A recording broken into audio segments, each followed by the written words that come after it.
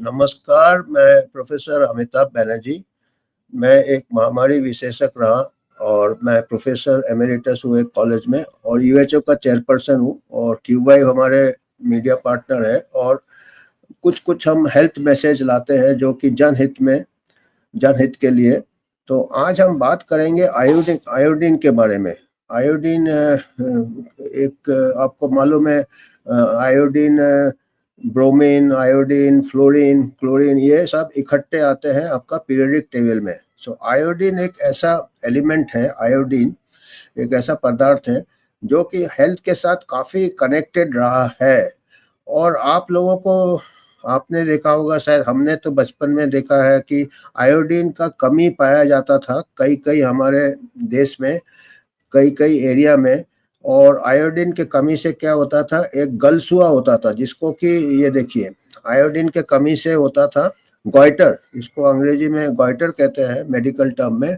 ये एक thyroid gland होता, गले के सामने एक थायरॉइड ग्लैंड होता और ये इसका जो फंक्शन होता है, काफ़ी इम्पोर्टेंट फंक्शन है थायरॉइड ग्लैंड पूरे बॉडी का मेटाबॉलिज्म कंट्रोल करता है, हार्मोन थायरॉइड हार्मोन ये करता है। तो इससे आयोडीन की कमी से ये गले के सामने ये ग्लैंड बहुत बड़े हो जाते थे और हमको याद है और ये अपने देश में जहाँ पे जो एरिया, जो प्रांत या स्टेट अपने कोस्टल एरिया समुद्र से दूर थे, जैसे फुट हिल्स, पहाड़ों के नीचे वाले जो एरिया थे, वहाँ पे ज़्यादा पाए जाते थे। उत्तर प्रदेश में मैं मेरा बचपन में मैं देहरादून जाता था मेरे नाना जी के यहाँ, तो हम ट्रेन में जाते थे जब स्कूल में थे तो हम ट्रेन में प्लेटफ़ॉर्म में बहुत लोगों को देखते थे, जब हम देहरादून के नज़दीक पहुँचते थे, ऐसे गलसुआ कहते हैं जिसको गॉइटर लेके घूमते हुए और वो आज आज के तारीख में ऐसे हमको नहीं दिखते हैं। आपने भी नहीं देखा होगा अभी, शायद आप लोग जो पहले देखा होगा, कुछ लोग को याद होगा। तो ये पूरे हमारे देश से एक प्रकार से ये तो इसके ऊपर कैसे रिसर्च कैसे हुआ? ये बहुत दिलचस्प है और इसमें क्या होते थे कि कुछ बच्चे भी पैदा होते थे इन माताओं को जिनको की कमियाँ होती थी, तो उनको फिर मेंटल रिटार्डेशन होता था, सिर छोटा होता था और ग्रोथ ठीक नहीं होता था, तो आयोडीन की कमी से।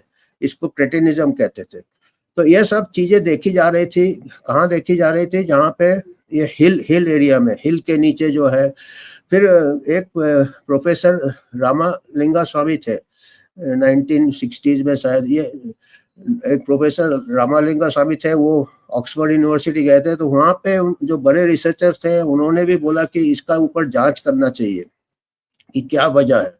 तो प्रोफ़ेसर रामालिंगा स्वामी इंडिया में आए, उन्होंने बहुत बड़ा एक प्रोजेक्ट किया, कांगड़ा वैली प्रोजेक्ट है। तो वहाँ पे उनको शक हुआ कि जहाँ ज़मीन है, वहाँ पे जो सॉइल है, वहाँ पे शायद प्लांट्स है जो उगते हैं या जो पदार्थ उगते हैं, उसमें आयोडीन कम पाए गए हैं। तो उनको लगा कि शायद आयोडीन का इनटेक कम है, तो उनको आयोडीन कमी की वजह से ये थायरॉइड ग्रोथ बढ़ रहा है, गॉइटर हो रहा है या तो उन्होंने फिर बहुत बड़ा उसके बाद बहुत बड़ा रिसर्च हुआ वहाँ पे 3 लाख 2-3 लाख के बच्चों में उन्होंने कुछ बच्चों को सॉल्ट में आयोडीन मिला के दिया, कुछ बच्चों को नहीं दिया और उन्होंने देखा कि जिन लोगों ने नमक खाया जिसमें कि आयोडीन मिला हुआ है, उनको गॉइटर नहीं हुआ, उनका मेंटल डेवलपमेंट भी अच्छा था, उनके जितने भी सिम्पटम्स ऐसे थे आयोडीन डेफिशिएंसी के वो दूर हो गए। तो उनका फिर उनके एक स्टूडेंट थे, बाद में उन्होंने थोड़ा काम आगे बढ़ाया, बाद में एक हमारे प्रोफ़ेसर चंद्रकांत पांडव, जिनको कि पद्मश्री मिला है, इनको आयोडीन मैन ऑफ इंडिया कहते हैं, आयोडीन मैन ऑफ इंडिया। ये आगे इन्होंने काम को और प्रोफ़ेसर रामालिंगा स्वामी इनके गुरु थे या मेंटर थे, प्रोफ़ेसर पांडव खुद कहते हैं कि हमारे मेंटर थे और इन्होंने फिर अपना all India institute of medical sciences में इन्होंने एमडी किया, फिर इन्होंने पीएचडी किया तो इन्होंने फिर इसमें ज़्यादा आगे रिसर्च किया, आयोडीन और गॉइटर।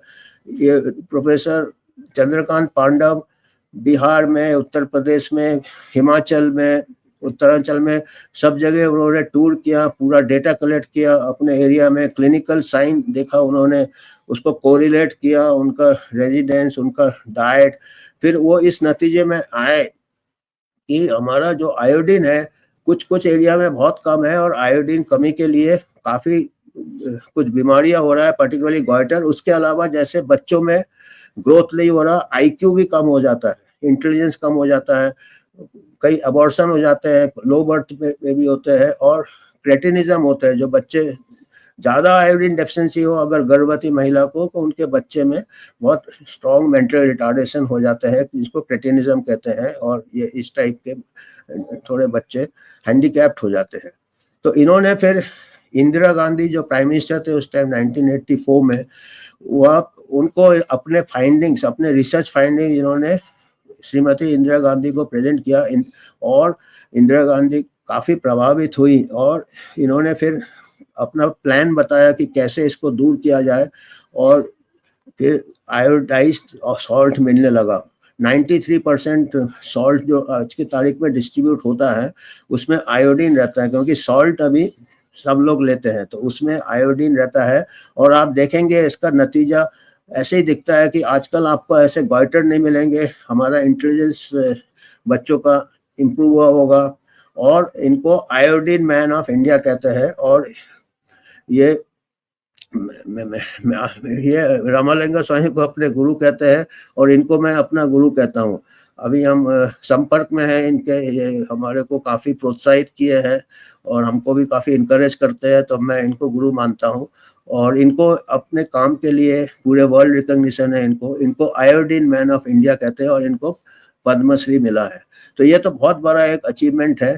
तो ये आयोडीन इन्होंने जो प्रोफेसर रामालिंगा स्वामी ने जो काम किया है, प्रोफेसर पांडव ने जो काम किया है देश के लिए, जनहित के लिए, बहुत ही अच्छा है।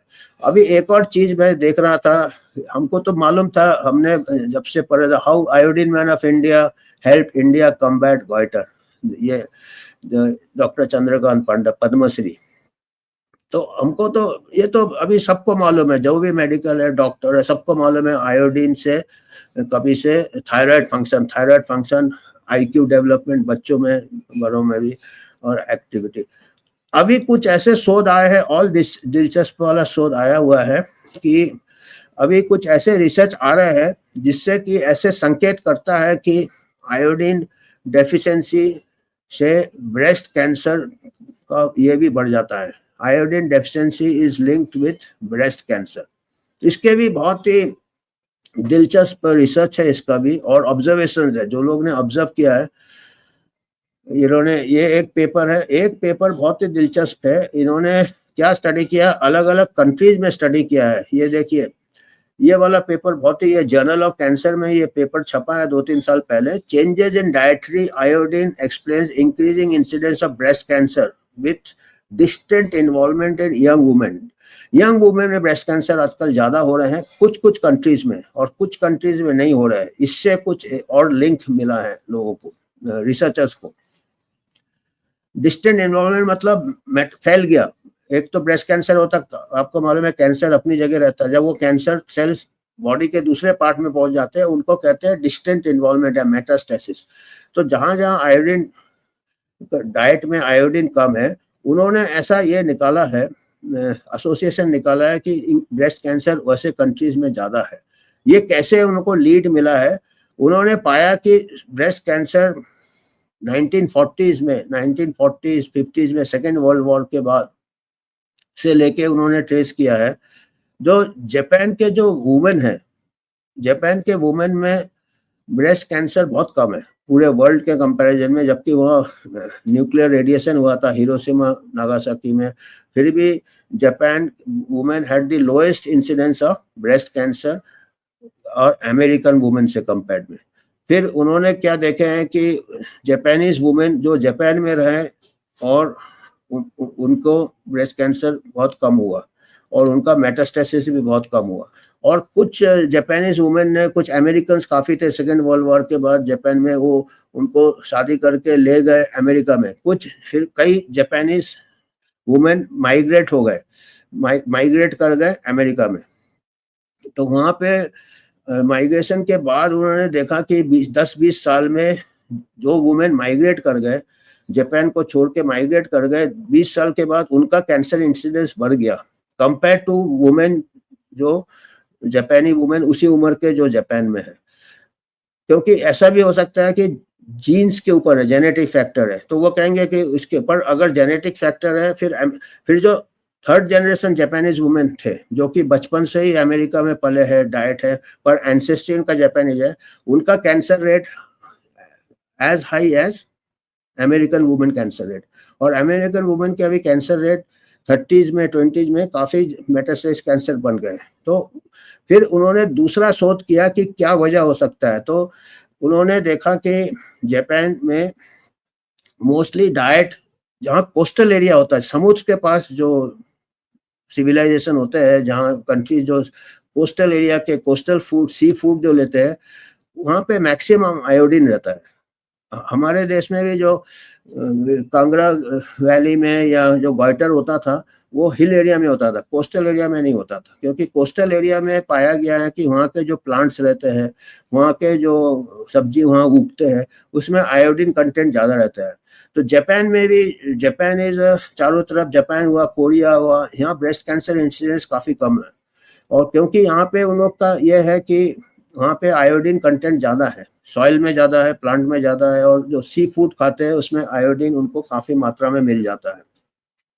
तो ये एक बहुत इंटरेस्टिंग स्टडी है कि आयोडीन से ब्रेस्ट कैंसर के ऊपर आयोडीन अगर आप सप्लीमेंट करो। इन्होंने फिर रिसर्च स्टडीज़ किया है, एनिमल स्टडीज़ किया है, ट्यूमर सप्रेशन देखा है ब्रेस्ट कैंसर का। उन्होंने कैंसर ट्यूमर का आयोडीन डोज से एनिमल स्टडी से कम हुआ। उसके बाद उन्होंने सेलुलर लेवल में स्टडी किया है कि उन्होंने पाया है कि ब्रेस्ट फंक्शनिंग के लिए आयोडीन बहुत इंपॉर्टेंट है। वुमेन में आयोडीन, फिर यूरिन में उन्होंने आयोडीन चेक किया है, क्योंकि आयोडीन आपको बराबर मिल रहा है कि नहीं मिल रहा है, यूरिन में एक्सक्रीट होता है।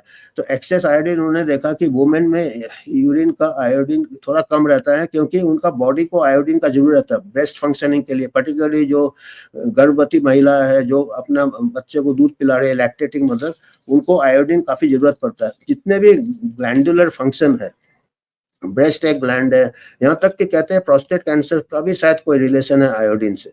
तो अभी इसमें स्टडीज चल रहे हैं और काफ़ी इसमें मैकेनिज्म इनको मिला है कि इन्होंने देखा है कि कैंसर के अलावा ब्रेस्ट में एक सिस्ट जैसा डिजीज होता है, ब्रेस्ट में फाइब्रोसिस्टिक डिजीज ऑफ ब्रेस्ट कहते हैं, गिल्टिया टाइप हो जाती है, वो कैंसर नहीं होता है।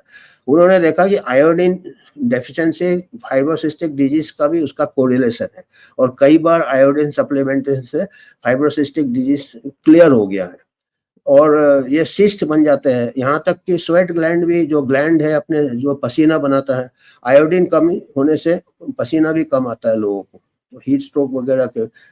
तो ये काफ़ी एक्साइटिंग डेवलपमेंट है। तो हमने बोला कि आप अभी हमको भी आप लोगों के साथ बातचीत करते करते हमको भी काफ़ी कुछ चीज़ें पता चल रहा है, और हम फिर थोड़ा रिसर्च करते हैं। पेपर्स ऐसे कई मिले, जैसे ये serum iodine and breast cancer risk, इसमें भी इन्होंने पता किया कि 3 टाइम्स जिनका आयोडीन लेवल कम है, जिन वुमेन का, उनका कैंसर रिस्क 2 to 3 टाइम्स बढ़ जाता है। वो काफ़ी स्ट्रॉन्ग कोरिलेशन है, prospect next case control study. और इन्होंने सेलेनियम का भी रोल है, पर सेलेनियम आपका कम मात्रा में लगता है, और सेलेनियम से भी कमी से भी ये है, पर सेलेनियम ज़्यादा होने से भी अभी उसके भी साइड इफेक्ट्स होते हैं। पर जो ऐसे उनको आयोडीन का ब्रेस्ट कैंसर रिस्क के साथ और भी कई स्टडीज हुए हैं, और मैं मेन स्टडी मैंने वही आपको डिस्कस किया, जो कि जिससे लीड मिला कि आपका जापानीज वुमेन में ब्रेस्ट कैंसर कम है। और दूसरा उन्होंने और किया कि अभी कुछ चेंजेस आ रहे हैं हमारे यहाँ भी, इवन कोस्टल एरियाज में। अभी चिंता वाली बात क्या है कि जो डाइटरी इंटेक होता था, different plants grown near coastal area में जो प्लांट ग्रो होते थे, उसमें से जो आपके समुद्र से जो एल्गी निकलता था, सी वीड्स प्लांट्स होते हैं, जो समुद्री जो प्लांट्स होते हैं, जैसे धरती में जो पेड़ पौधे होते हैं, ऐसे समुद्र में भी जो पेड़ पौधे होते हैं उसको सी वीड्स कहते हैं, एल्गी कहते हैं। तो पहले कोस्टल एरिया के जो लोग होते थे, उसी से वो जो प्लांट्स निकलते थे समुद्र से, उसी से वो कल्टीवेशन करते थे, उसमें फर्टिलाइजर जैसे इस्तेमाल करते थे। तो वो जो समुद्र से जो प्लांट्स आते थे उसका काफ़ी हाई आयोडीन कंटेंट होता है। तो अभी क्या हो रहा है कि अभी वो लोग पेस्टिसाइड्स वगैरह ज़्यादा यूज़ कर रहे हैं नेचुरल फर्टिलाइजर के हिसाब से। तो ये भी एक मैं पढ़ रहा था एक रिसर्च पेपर कि इसमें भी थोड़ा ये प्रकट किया है कि इसके लिए भी अभी देखिएगा हमारे देश में भी ब्रेस्ट कैंसर यंग वुमेन को बढ़ रहा है। और तो कई रीजंस हो सकते हैं, क्योंकि हम भी जो डाइट है मिडिल क्लास का अभी डाइट है, अमेरिकन डाइट हो रहा है। हम अभी प्लांट फूड ये फूड, और अभी क्या दूसरा एक और क्या है, सॉल्ट में पांडव डॉक्टर पांडव ने आयोडाइज सॉल्ट कर दिया है। तो हमारा मेन आयोडीन अभी सॉल्ट से ही मिलता था, क्योंकि आजकल नेचुरल फूड ऑर्गेनिक फूड कम लोग रह रहे हैं जिसमें कि आयोडीन कंटेंट होने के ज़्यादा चांसेस है, पर्टिकुलरली जो कोस्टल एरिया के है। अभी सब फास्ट फूड ले रहे हैं, अल्ट्रा प्रोसेस्ड फूड रहे हैं, जहाँ की दूसरी बात है कि अभी अवेयरनेस इतना आ गया है कि सॉल्ट अभी हाइपरटेंशन कंट्रोल करने के लिए लोग सॉल्ट लेना भी कम कर दिया है। तो उसमें शायद अभी आयोडीन का मात्रा कम है ज़्यादा है, ये सोचने के लिए मैं छोड़ रहा हूँ आपको। इसके ऊपर और रिसर्च चाहिए कि क्या और कोई तरीके से आयोडीन लोगों को ये ऐसे कुछ सोच सकते हैं जिससे कि लोगों को आयोडीन मिलता रहे। और इसमें और रिसर्च अभी चल रहा है और एक्साइटिंग रिसर्च है। तो ये जैसे जैसे और हमको कुछ इन्फॉर्मेशन होगा आपको शेयर करेंगे। तो आज हमको यही देना था कि अभी तक हमको भी मालूम था कि गॉइटर से आयोडीन है, अभी पता चला ब्रेस्ट कैंसर से भी कोरिलेशन है, और भी शायद दूसरे कैंसर से भी पता चले। और हमारा एक ये है यूएचओ, आपको मालूम है, एक जनहित के लिए है, हेल्थ ऑर्गेनाइजेशन है। तो इसमें हम क्राउड फंडिंग लेते हैं। तो आपको अगर कोई कंट्रीब्यूशन करना है आप कर सकते हैं इस स्कैन करके क्यूआर कोड में, जो कि हम हेल्थ रिसर्च में इस्तेमाल करेंगे या हेल्थ मैसेज फैलाने में इस्तेमाल करेंगे। धन्यवाद, आज के लिए इतना ही।